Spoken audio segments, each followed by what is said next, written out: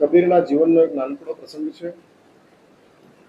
તમે સૌ જાણો છો કે કબીર વણકર હતા. જૂના જમાનાની અંદર કોઈ કાપડની મિલો ચાલતી ન હતી.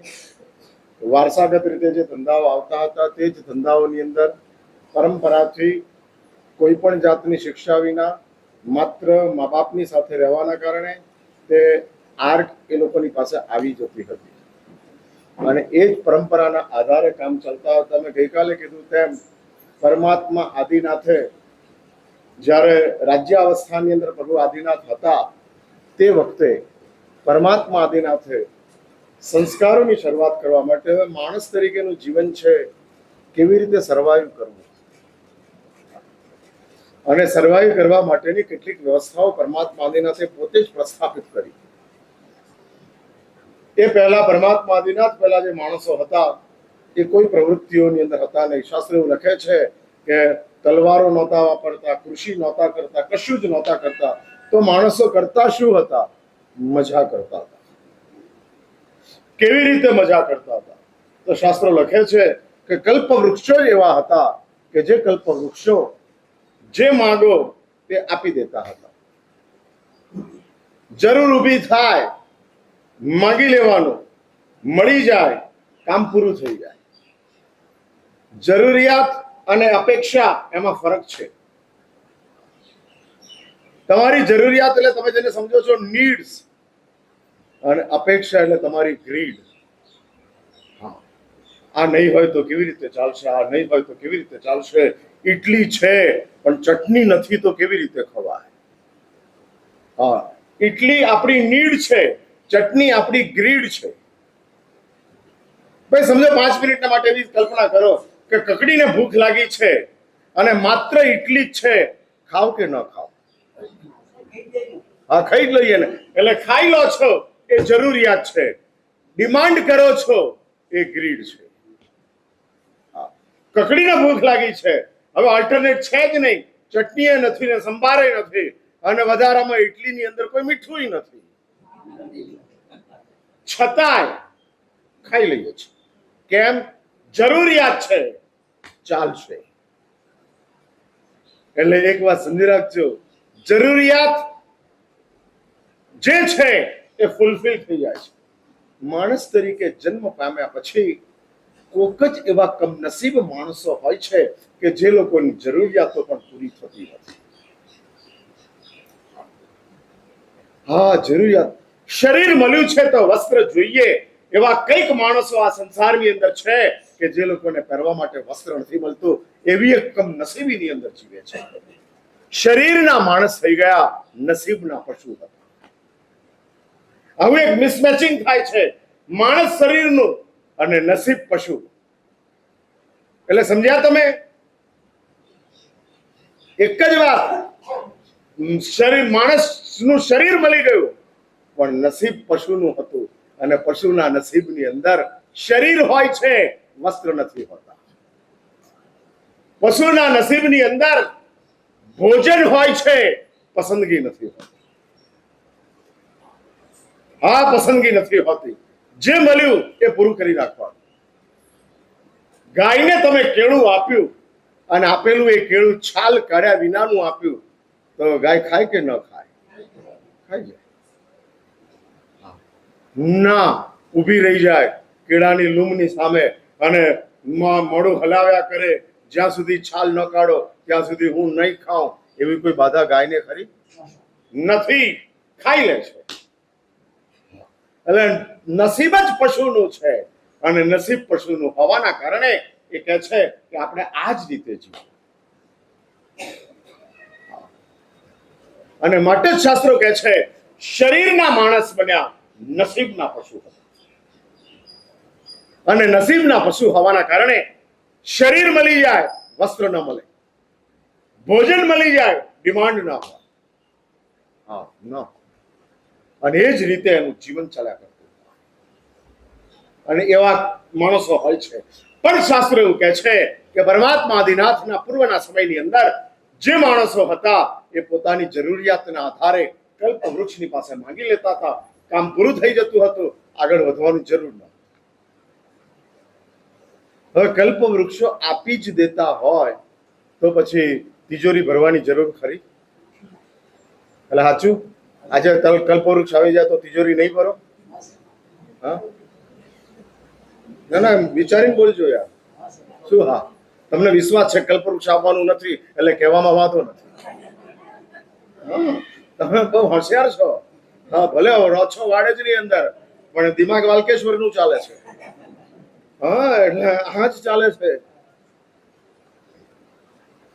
જેને પોતાનામાં વિશ્વાસ નથી એને આવતીકાલમાં શંકા છે જ. હા, લખી રાખજો. જેને પોતાનામાં વિશ્વાસ નથી એને પોતાની આવતીકાલ માટે શંકા છે. અમને અમારા પોતાનામાં વિશ્વાસ છે માટે અમને આવતીકાલમાં કોઈ શંકા નથી કે ભાઈ કાલ સવારે ગોચરી ઓરવા જઈશ અને ગોચરી મળશે કે નહીં. માટે આજે મળ્યું છે, વાડજ વરાવ્યું છે, સૂકું પાકું છે, રાખી લઈએ. નથી, કારણ કે અમને અમારામાં વિશ્વાસ છે માટે અમને આવતીકાલમાં શંકા નથી. સાચું બોલો. તમે આજ માટે મહેનત કરો છો કે આવતીકાલ માટે મહેનત કરો છો?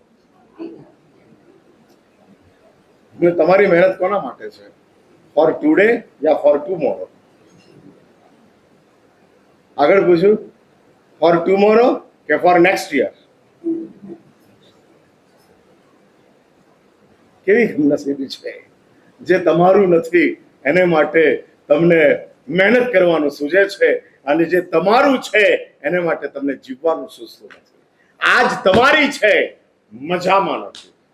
આવતીકાલ માટે આજથી દુખી છો. આવતીકાલ માટે આજથી ચિંતામાં છો. આવતા વર્ષ માટે આજથી તમારા પ્લાનિંગ ચાલે છે. અને જેમ માણસ લાંબા સમયનું પ્લાનિંગ કરે એમ વધારે બુદ્ધિમાન ગણાય.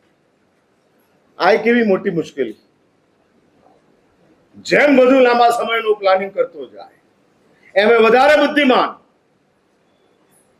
હા, વધારે બુદ્ધિમાન. એક ઘર હોય પણ દીકરા બે છે તો બીજા ઘર માટેનું પ્લાનિંગ કરી નાખે એ માણસ સમજદાર કહેવાય. શાસ્ત્રોની દ્રષ્ટિએ માણસ બેવકૂફ ગણાય. હા, અને એ જ ચાલે છે. માટે જ શાસ્ત્રો કહે છે કે માણસ તરીકેના જીવનને પ્રાપ્ત કર્યા પછી જે વ્યવસ્થા ચાલતી હતી અને જરૂરિયાતોને પૂરી કરવા માટે પરમાત્મા આદિનાથે કેટલાક શિલ્પો બતાડ્યા. શિલ્પનો અર્થ છે આર્ટ બતાડ્યા. હા, અને જે તમને જન્મજાત મળે એ શિલ્પ કહેવાય. જેને તમારે અભ્યાસ કરીને પ્રાપ્ત કરવું પડે તે કલા કહેવાય. તે આર્ટ છે, કળા છે. પરમાત્મા આદિનાથે પુરુષોને માટે 72 કળાઓ બતાડી અને સ્ત્રીઓને માટે 64 કલાઓ બતાડી. હા સાધુજી મહારાજ, સ્ત્રીઓની 64 કલાઓ માટે આજે પણ તે કળાઓને જીવંત રાખવી છે. Back to basic. વળી પાછા મૂળભૂત ભારતની અંદર પાછા આવો. જે મૂળભૂત ભારત હતું. લોકોને હવે કેન્ડલ લાઇટ ડિનર ગમે છે. સાંભળીને મારી વાત? હા, કેન્ડલ લાઇટ ડિનર અને એના ફેસ્ટિવલ ચાલે છે. અને ચાલતા ફેસ્ટિવલની અંદર લોકો જોડાય છે. હવે હેલોજન અને ફ્લડ લાઇટોની બદલે કેન્ડલ લાઇટ ડિનર હોય તો ત્યાં આગળ ડિમાન્ડ વધતી ચાલી છે. કેમ? Back to basic.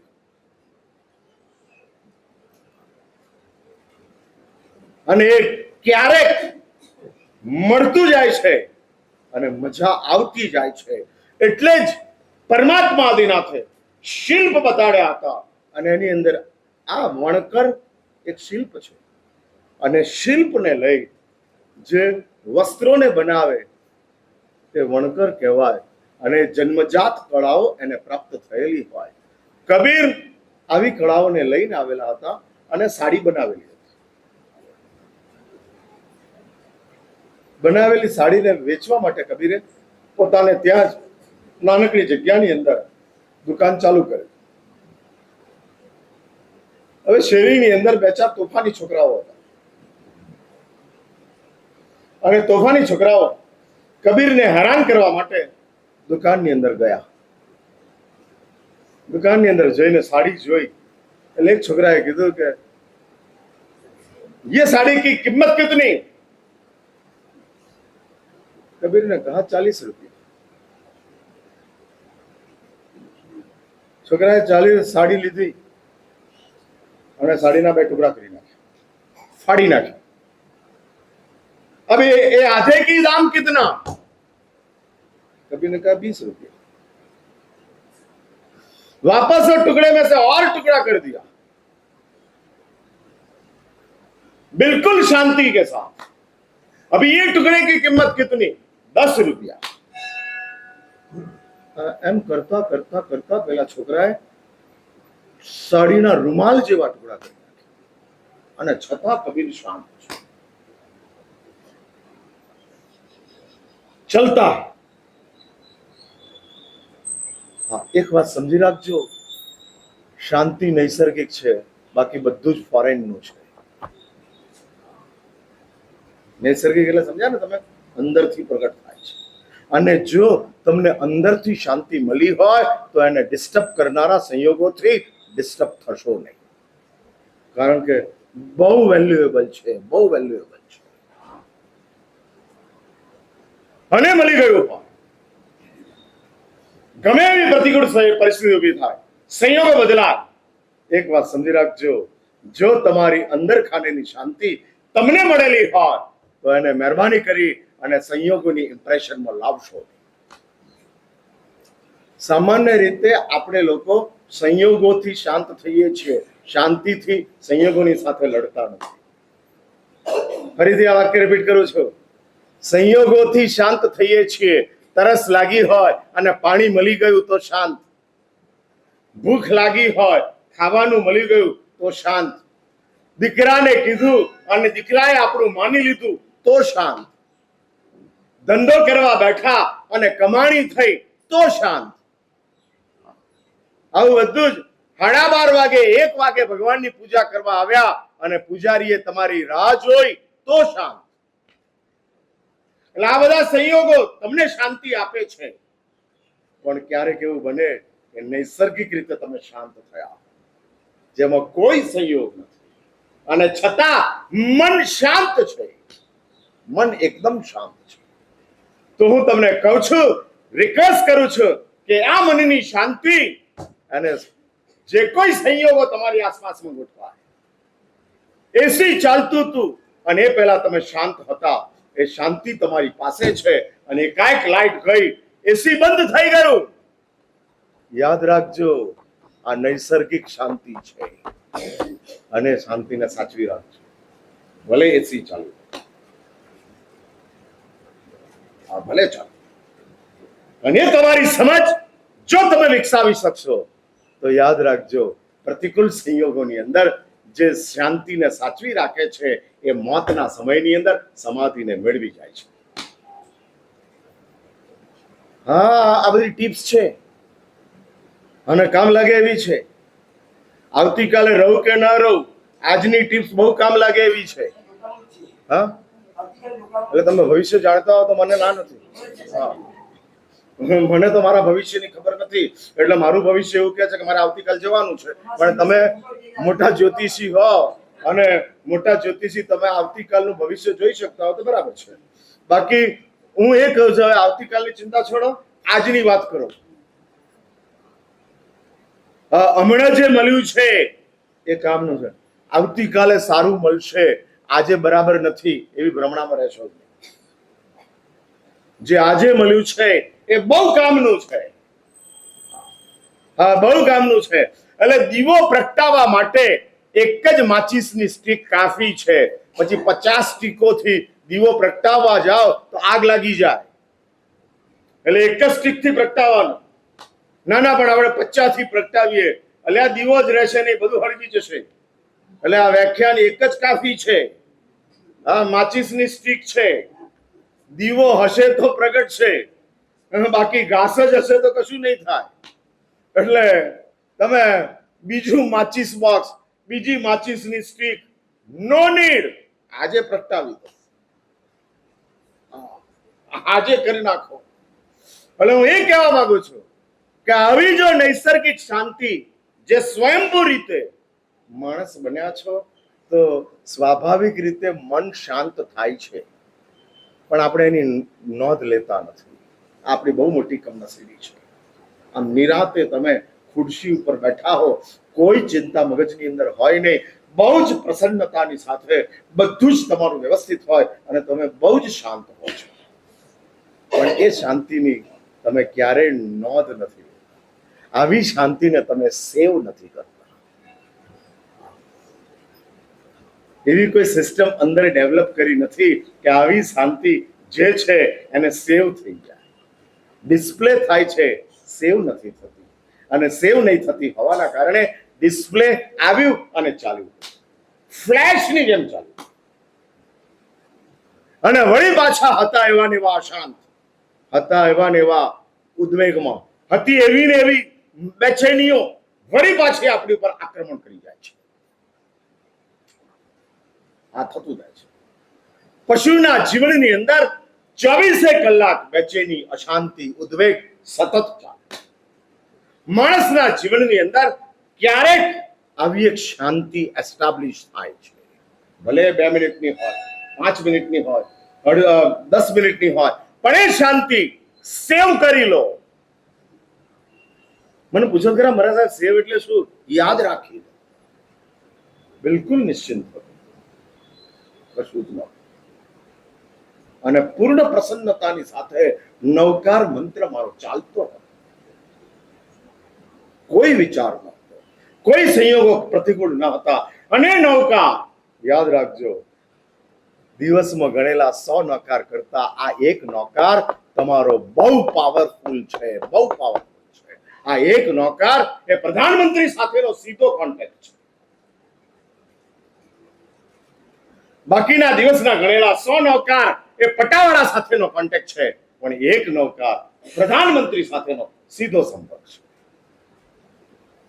એટલે 100 પટાવાળાઓ ભેગા થઈ એક પ્રધાનમંત્રીનું કામ કરી શકે ના, પણ એક પ્રધાનમંત્રી 1000 પટાવાળાઓનું કામ કરી જાય છે. આવો એક નૌકાર. મારી વાત સમજાય છે ને? વાળાને પૂછું છું.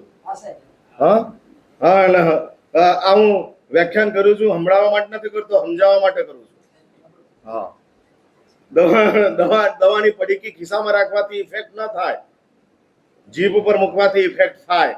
એમાં મારી વાતો ઈલાજ છે. સમજાતું હોય તો કામ થશે, નહીં સમજાતું હોય તો મહારાજે બહુ સારું કીધું, શું કરવાનું? હા, અને કરવાનું શું? જે રેપર સાથેની મીઠાઈ હોય, ધારો કે પેંડો છે અને કાગળ સાથેનો છે, અને આખો નાખો તમે ખાઈ ગયા તો કાગળની ફિકાશ પેંડાની મીઠાશને ખતમ કરી નાખશે. એ જ રીતે માત્ર સાંભળવું એ કાગળ સાથેની મીઠાઈ છે, સમજવું એ એકલી મીઠાઈ છે. એકલી મીઠાઈ, એનો સ્વાદ જ રહેશે, યાદ જ રહેશે. એટલે આ સમજી રાખજો. અને આવો કોઈ નૌકાર હોય, આવી કોઈ ભગવાનની પૂજા હોય, આવી કોઈ મહાત્માઓની સેવા હોય, આવું કોઈ પ્રવચનનું શ્રવણ હોય તો મોસ્ટ ઇમ્પોર્ટન્ટ, બહુ જ ઉપયોગી છે. હા, બહુ જ ઉપયોગી છે, અને એ ઉપયોગ કામ થઈ જશે. એટલે જ નૈસર્ગિક શાંતિ, પેલા કબીરના દિમાગની શાંતિને જોઈ પેલો તોફાની છોકરો હાલી ગયો. આ ગુસ્સે જ નથી થતો? એની નજરની સામે એને આખી નાખી સાડી ફાડી નાખી, ટુકડે ટુકડા કરી નાખ્યા, અને છતાં બહુ શાંતિથી જવાબ આપતો જાય છે. એટલે સામે છોકરાને દયા આવી. એના દિમાગની અંદર લાઈટ થઈ, તમે ખોટું કર્યું. આ બિચારાની 1-2 દિવસની મહેનત પાણીમાં કરી નાખી. એટલે કબીરની પાસેથી પેલી સાડીના ટુકડાઓ લઈ લે છે અને 40 રૂપિયા આપે છે. કબીર 40 રૂપિયા પાછા આપી દે છે. પણ કેમ મેં તમારી સાડી ખરાબ કરી નાખી, જેની કોઈ કિંમત નહીં આવે, એની કિંમત હું ચૂકવી દઉં છું, 40 રૂપિયા હું આપી દઉં છું. અને ત્યારે કબીરે બહુ સરસ વાત કરી, જાણવા જેવી વાત છે. અને તે વખતે કબીર કહે છે કે દોસ્ત, મહેનતની કિંમત 40 રૂપિયા હતા, પણ આ સાડીનો ઉપયોગ ન થાય તો મારી જે ભાવનાઓ એની કિંમત શું થઈ? મેં કોકને માટે સાડી બનાવેલી હતી, કોક બેન મારી સાડી વાપરે અને એ સાડી વાપરે એવી ભાવ સાથે મેં તૈયાર કરેલી હતી. હવે એ સાડીના મારા ભાવનું શું? મારી મહેનતના, મારા કપડાના પૈસા 40 રૂપિયા હતા, પણ મારી ભાવનાની કિંમત તે ખતમ કરી નાખી. અને માટે આ 40 રૂપિયા મારે નથી જોઈતા, લઈ જા. રડતો રડતો છોકરો પાછો જાય છે. કારણ કે ભાવનું અપમાન છે, મહેનતનું સન્માન, દ્રવ્યનું સન્માન, ભાવનું અપમાન. હા, આપણે પૈસાથી કામ બતાવીએ છીએ, આપણે દ્રવ્યથી મૂલ્ય કરીએ છીએ. હકીકત આપણા એની પાછળનો જે મકસદ છે એ મહત્વની ચીજ છે. તમારી અંદર એની પાછળની જે ઇમોશન છે એ ઇમોશન મહત્વની ચીજ છે. ગુલાબનું ફૂલ 5 રૂપિયામાં મળે છે, પણ આપનારી તમારી બેટર હાફ છે, તમારી ફિયાન્સી છે, અને એને આ ગુલાબનું ફૂલ આપ્યું છે. લઈને ગયા પછી કચરામાં નાખશો કે બેડરૂમની અંદર મૂકી રાખશો? ગુલાબનું ફૂલ છે માટે મૂકો છો કે આપનાર મહત્વનો છે માટે મૂકો છો? મારી વાત સમજાય છે ને? કોણે આપ્યું છે એ મહત્વનું છે. ગુલાબ કોમન છે, આપનાર મહત્વનો છે, કારણ કે એની પાછળનું મૂલ્ય છે. એ જ રીતે આ માણસ તરીકેનું જીવન, યાદ રાખજો, નસીબથી મળ્યું છે. અને તમે મોજ મજા કરો એમાં બહુ વાંધો નથી, નસીબને વાપરો છો, પણ આ જીવન, એનો ઉપયોગ શું? What is the use? How to use? ભાઈ, તમારી પાસે કોઈ બ્લુપ્રિન્ટ છે? દરેક સિસ્ટમની સાથે, દરેક ગેઝેટની સાથે યુઝર મેન્યુઅલ આવે છે. એમ જીવન એક ગેઝેટ છે, એની યુઝર મેન્યુઅल हैव यू आपके पास है? અમે ડેન્જરસ પણ આવે છે અને યુઝ પણ આવે છે. આમાં તમે આમ ઉલટું કર્યું. હા, દંડાવાળું ગીઝરથી પાણી ગરમ કરતા હતા અને ચાલુ સ્વિચે તમે દંડો બહાર કાઢી લીધો. ડેન્જર, ખતરામાં છો. એમાં જીવન ઓપોર્ચ્યુનિટી પણ છે અને રિસ્ક પણ છે, બોથ. સાચું બોલો, આમ તકને ઓળખો છો કે રિસ્કને ઓળખો છો, કે બે નથી ઓળખતા? કઈ ભૂમિકા? જીવન એક તક છે, મળેલી અનુકૂળતાઓ એ તક છે, અને આવતા પ્રલોભનો એ રિસ્ક છે. જે અનુકૂળતાઓને પણ ઓળખતો નથી, પ્રલોભનોને પણ સમજતો નથી, એવા આ સંસારની અંદર ઘણા માણસો છે. હા, અનુકૂળતાને પણ નથી ઓળખતો અને રિસ્કને, પ્રલોભનોને પણ નથી ઓળખતો. સમજાય છે મારી વાત? હા, આપણી પાસે એક અનુકૂળતા છે ભાઈ. ભગવાનની પૂજા કરવાની અનુકૂળતા નહીં કરનારાઓની પાસે છે કે નથી? અહીંયા જે નહીં કરનારાઓ બેઠા છે એ લોકોને પૂછું છું,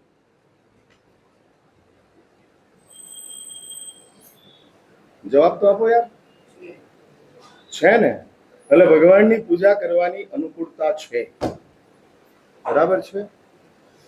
અને ઘરમાં રહેલી તમારો પ્રમાદ, ઘરમાં તમને મળેલી અનુકૂળતાઓ, ગરમી બહુ છે, ફોન આવી ગયો છે, અત્યારે ટીવી ઉપર ઓપરેશન સિંદૂરનું ડિસ્પ્લે થઈ રહ્યું છે,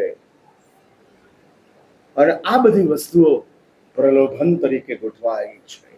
એટલે ભાઈ, ધર્મની અનુકૂળતા નથી માટે નથી કરતા, કે પછી તમારા જીવનની અંદર ગોઠવાયેલા પ્રલોભનોના કારણે તમારે અનુકૂળતાને ઓવરરૂલ કરવાનું દિમાગ ચાલે છે. શું ચાલે છે? અહીં બેઠેલાઓને પૂછું છું કે આમ રાત્રે ખાવાનું છોડી દો તો કેટલાને ડિફિકલ્ટી પડે?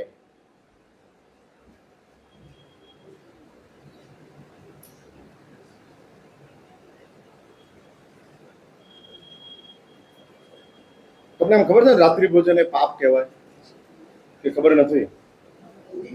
હા, કોરોના ચેપી વાયરસ છે એવી ખબર છે? એટલે કોરોનાથી બચો. હમણાં ફરી પાછો કોરોના આવવાની શરૂઆત થઈ એટલે આમ કે ફરી પાછું ગાઈડલાઈન આવે અને એમ કે કીપ ડિસ્ટન્સ, વેર માસ્ક. આ બધું કોરોના એટલે કોરોનાને ઓળખો છો અને માટે કોરોના પ્રિકોશન લો છો. એમ રાત્રિ ભોજન પાપ છે ઓળખો છો? એટલે કેવી રીતે ઓળખો છો? કોરોના જેવું? શું? હા હા શું ના એટલે પણ શું કેવી રીતે? જસ્ટ લાઈક કોરોના, રાત્રિ ભોજન અને કોરોના એ તો તમારું પોતાની ઇન્ફોર્મેશન થઈ. અવેરનેસ ની વાત કરું છું. ઇન્ફોર્મેશન થી કોરોનામાં કોઈ બચ્યો નથી. અવેર રહ્યો એ બચ્યો. એટલે ઇન્ફોર્મેશન ને એપ્લાય કરો એ અવેરનેસ છે. ઇન્ફોર્મેશન જ રહે એ તો કોમા છે. સાચું બોલો.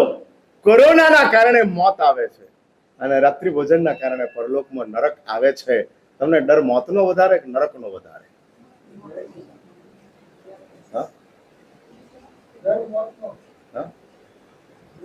હાલો હા આગળ ડર મોતનો છે. હા હા ડર મોતનો છે. આ કેવું છોકરાને સ્કૂલની બહાર ઉભો રાખ્યો અને છોકરો ડરે છે એક્ઝામમાં ફેલ થવાથી. છોકરો ડરતો જ નથી. મને 50 છોકરાઓમાંથી સ્ટુડન્ટોની ક્લાસની અંદરથી ઉભો રાખ્યો એનો ડર છે, પણ હું ફેલ થઈશ એનો ડર નથી. મોતનો ડર એ ઉભો રાખવા જેવું છે અને ફેલ થવું એ નરકમાં જેવું છે. એટલે હું પૂછું છું તમને મોતનો ડર છે કે નરકનો ડર છે? કોણ ડરાવે છે?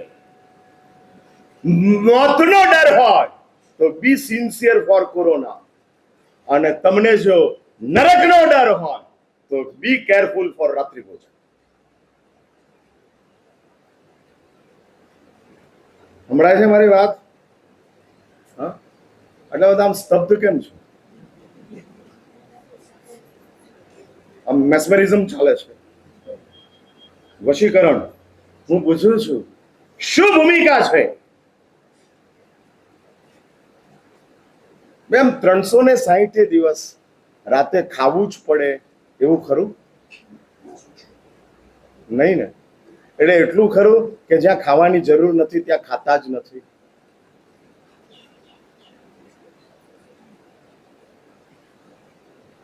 હું જાણવા માંગુ છું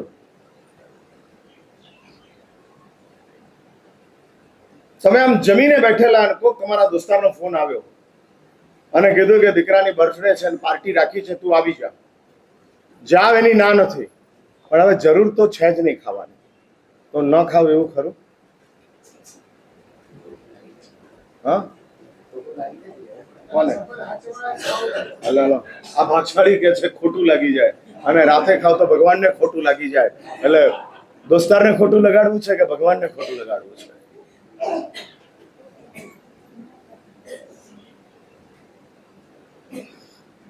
બહુ સાચી વાત છે, ખોટું લાગી જાય.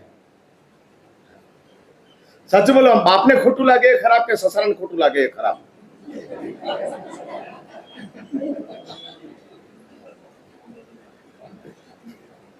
ના, તમે ખોટું કોને ન લાગે એના માટે કેરફુલ રહો.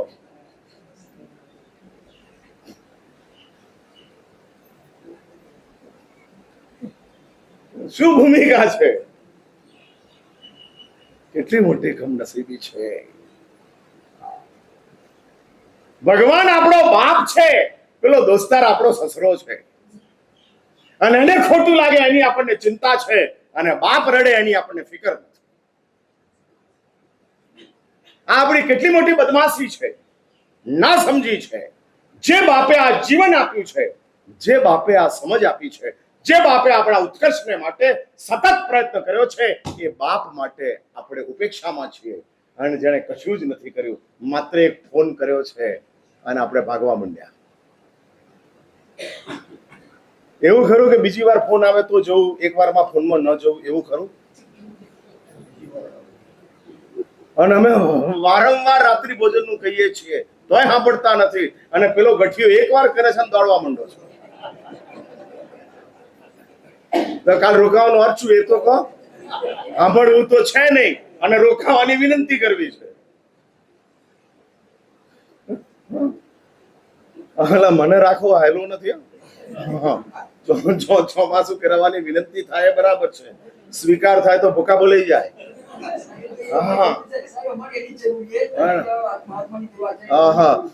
આવું ઘણા કે છે, પણ આવ્યા પછી ઘણા તકલીફ થાય છે. અમે લોકો છે ને, અમે ટેબ્લેટમાં સમજતા નથી, સીધી નસમાં ઇન્જેક્શન આપીએ છીએ. હા, સીધા જ.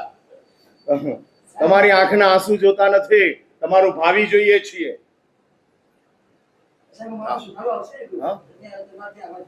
હા, એટલે બગાડો હશે તો આવશે, પણ બગડેલા જશે તો નહીં આવે.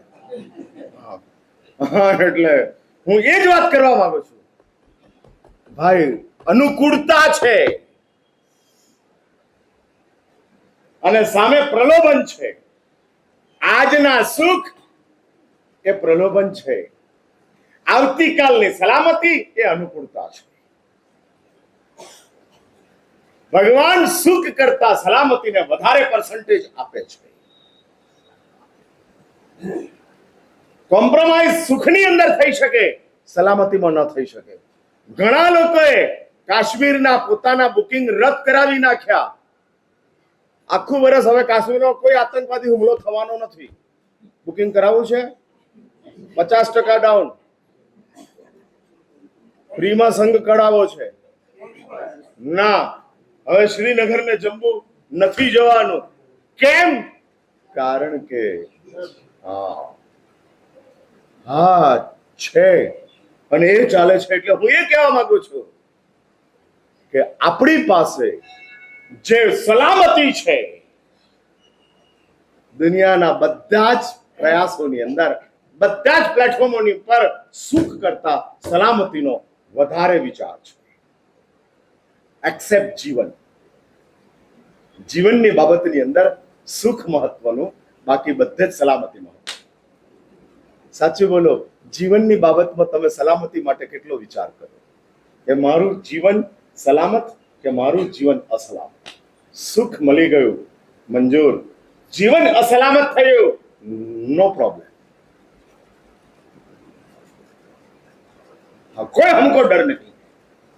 પ્રભુ એમ કહે છે કે દોસ્ત, આવું પાગલપણું મત કર.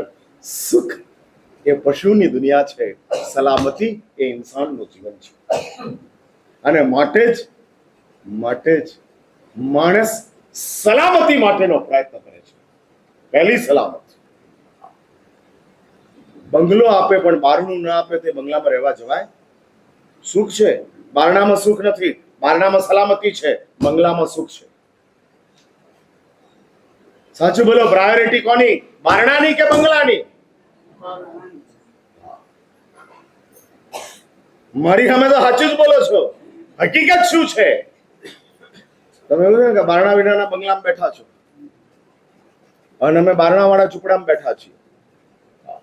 અમારું જીવન બારણા વિના બારણા વાળું ઘર છે અને તમારું જીવન બારણા વિનાનો બંગલો છે.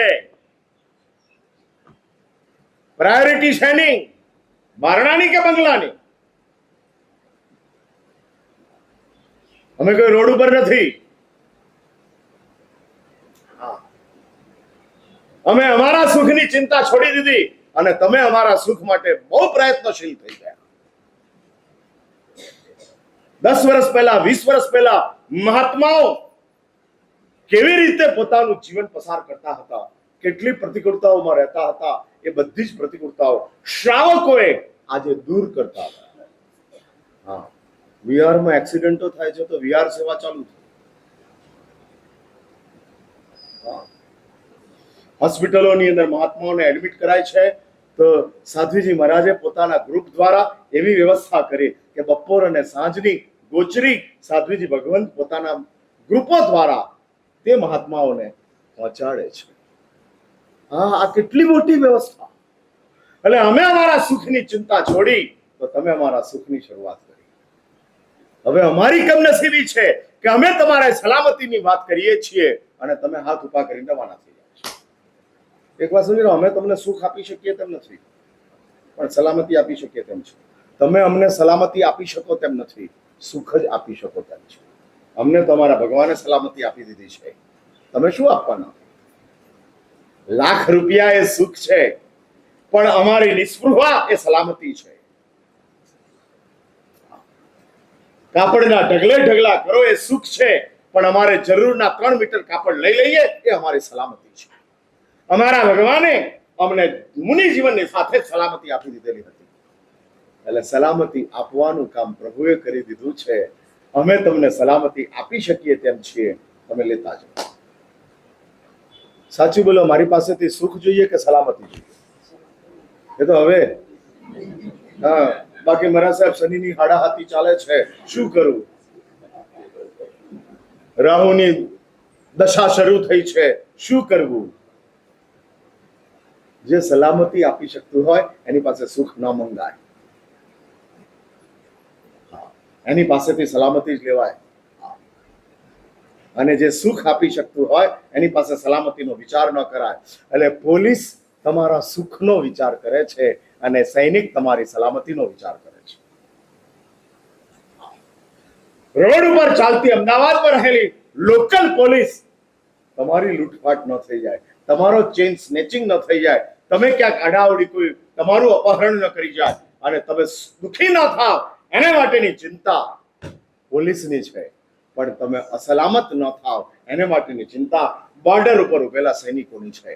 અમારું કામ સૈનિકનું છે, તમારું કામ પોલીસનું છે. નો ડાઉટ પોલીસને પણ સૈનિકો સલામતી આપે છે, એમ અમે તમને સલામતી આપવા માટે આવ્યા છીએ. લેવાની તૈયારી કેટલી? શું અલ્કેશભાઈ આમ તરત જ હાજર જવાબી છે. હા, પૂરેપૂરી તૈયારી છે. આવું છે. હા, 2026 જય બોલાવી દો તમે નક્કી કરતા હો તો. હા, કન્ડિશન એપ્લાય. હા, તમારી ઉપર પ્રેમથી બોલે છે, તમારી ઉપર નફરત?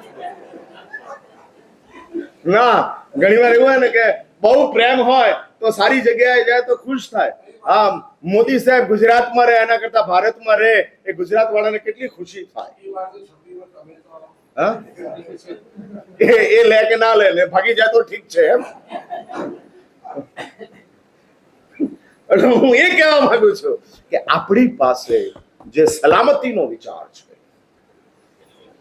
અને ધર્મ કદાચ સુખ આપવાની અંદર પાછળ હશે, પણ સલામતી આપવાની અંદર ધર્મ 100% સક્સેસ છે. અને પાપો તમને સુખ આપી દેતા હશે, પણ સલામતીની બાબતની અંદર પાપો એકદમ શૂન્ય છે. અપહરણ કરનારો માફિયા જેને લઈ ગયો છે એને બહુ જ સારી રીતે રાખે છે, પણ લઈ જનારો સમજે છે કે આ માફિયા છે, આના દૂધ ન પીવાય, આનું સફરજન ન ખવાય, આની કેરી ન ખવાય, કારણ કે આને મારું કિડનેપ કર્યું છે. એમ પાપ માફિયા છે, ભૂલશો નહીં. રાતે ખાવું, કંદમૂળ ખાવું, અપક્ષનું સેવન કરવું, ધમધોકાર જીવન ચલાવતા જો. તમે એટલું તો નક્કી કરો કે બિનજરૂરી પાપો ન કરવા.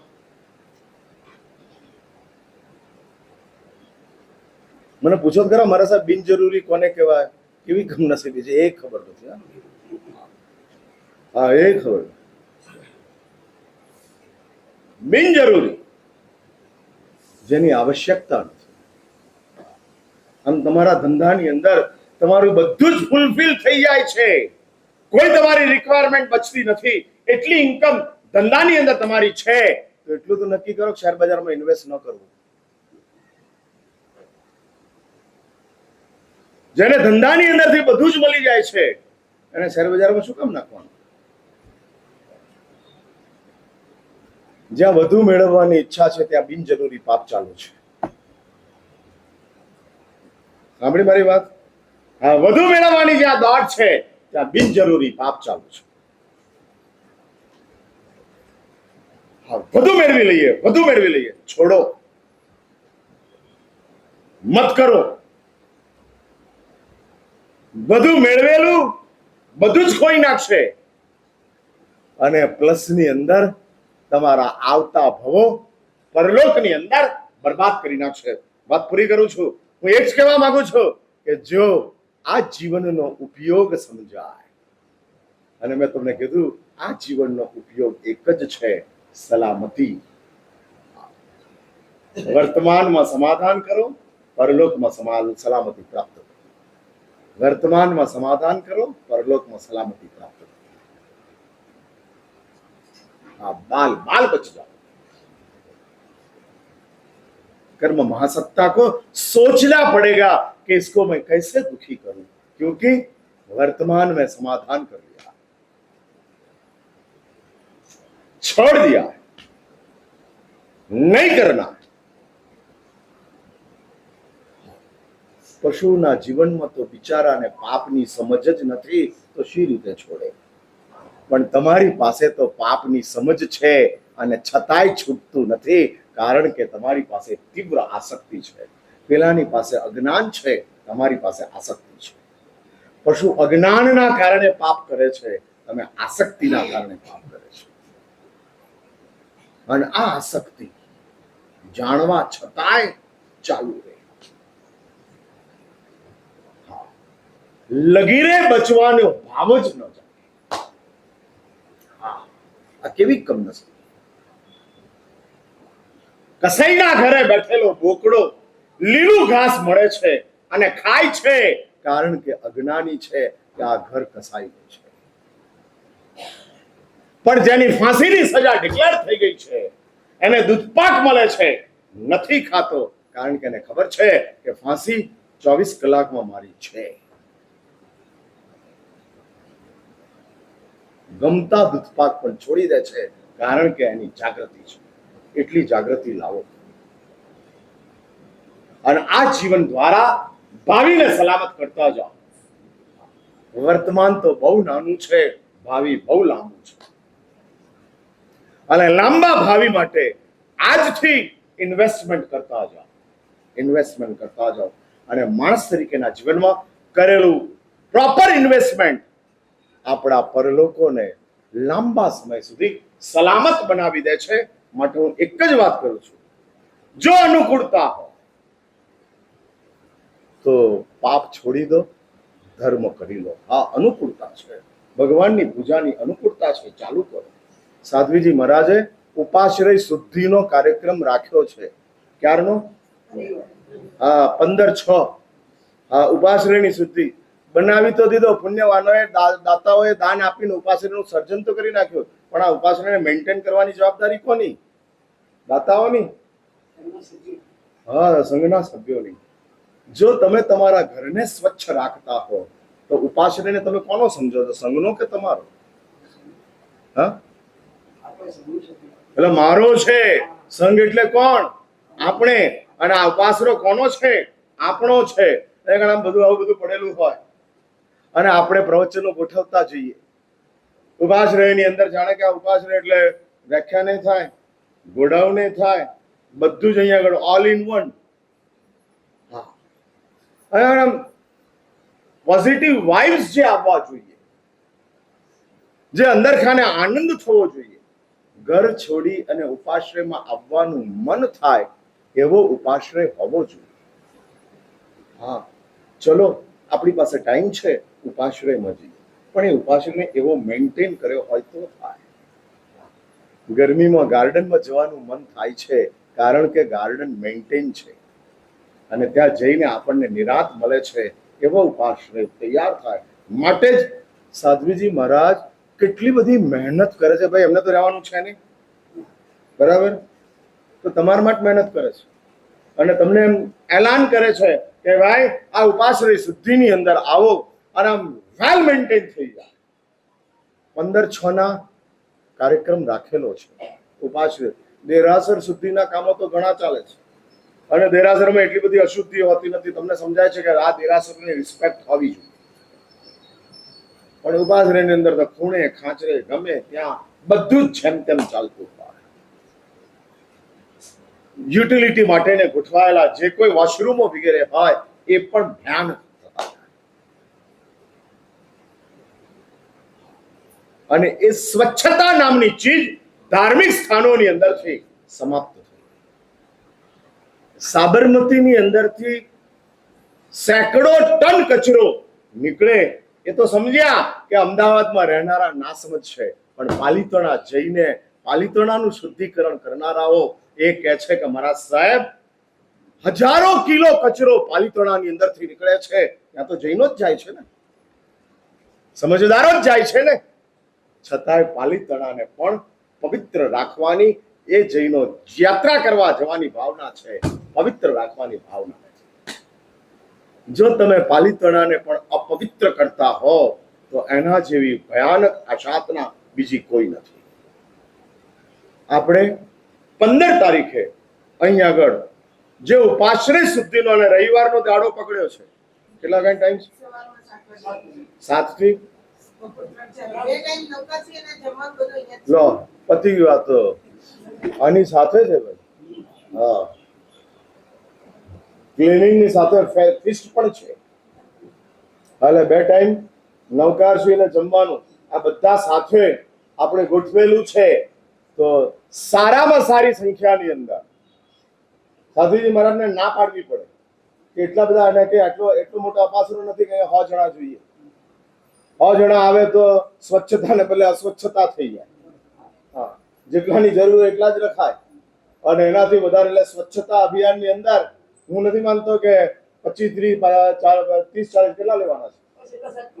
હા, 25, 30 બહુ થઈ ગયા, એનાથી વધારે જોતું નથી. એટલે આજે સાંજ સુધીની અંદર કે અત્યારે 30 નામ તમારે આપી દેવાના છે, અને 30 નામ દ્વારા આ સ્વચ્છતાના અભિયાનને આપણે સંપન્ન. ઉપાશ્રયની સ્વચ્છતા જે આપણી સ્વચ્છતાનું કારણ છે.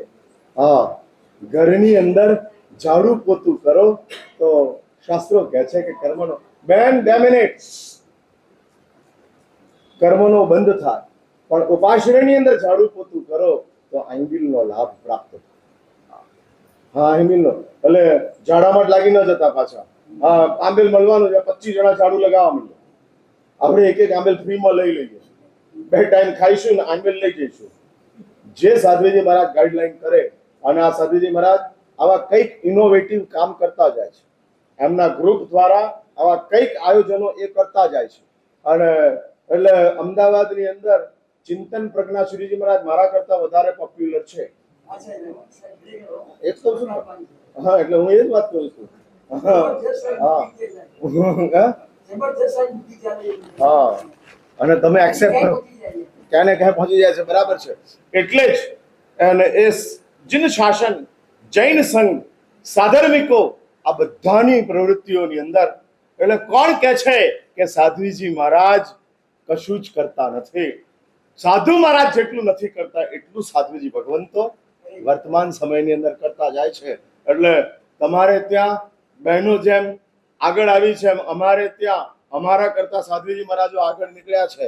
એટલે 10 આચાર્યનું કામ એક સાધ્વીજી મહારાજ કરતા હોય એવું દેખાય છે.